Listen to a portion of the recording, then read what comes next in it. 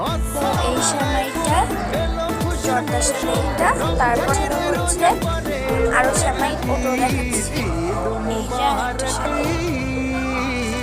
Eid Mubarak Eid Mubarak